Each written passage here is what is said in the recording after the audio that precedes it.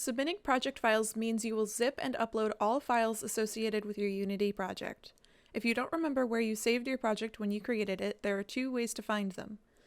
If you have the editor open, right-click any of your assets and select Show in Explorer.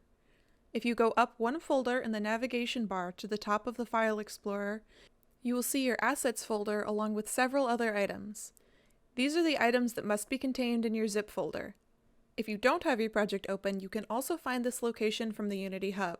Select the three dots next to your project name and select Show in Explorer. This will take you to the same place. Finally, to zip your projects, go up one more folder in the navigation.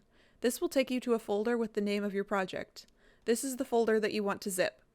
First, make sure you close Unity, then right-click your project folder and select Send to Compressed Zipped Folder.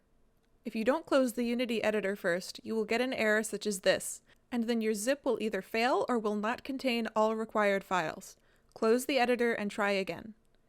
When your zip is successful, open it to check that all required files are in it and that it is named correctly. Then submit your zip file. These files will likely be too large to upload to Blackboard, so make sure you follow your teacher's directions on where to submit this assignment.